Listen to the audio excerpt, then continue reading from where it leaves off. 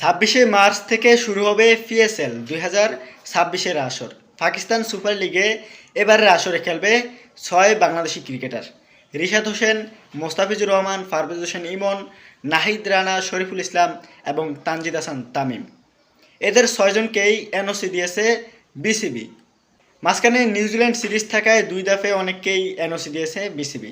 তবে 26 মার্চ থেকে শুরু হওয়া পাকিস্তান সুপার লিগের এবারের আসরে 6 জন ক্রিকেটারকে ভিন্ন ভিন্ন 3 দলের হয়ে দেখা যাবে। মোস্তাফিজুর রহমান এবং পারভেজ হোসেন ইমনকে দেখা যাবে লাহোর কালান্দাসে এবং শরীফুল, নাহিদ রানা, তানজিদ তামিমকে দেখা যাবে পেশোয়ার জালমিতে এবং রিশাদ হোসেনকে দেখা যাবে পিএসএল এর নতুন দল রাওয়ালপিন্ডিতে।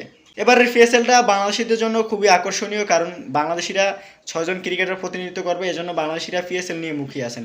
26 মার্চ থেকে শুরু হতে যাওয়া 2026-এর পিএসএল সরাসরি বাংলাদেশের চ্যানেল টি স্পোর্টসে দেখাবে।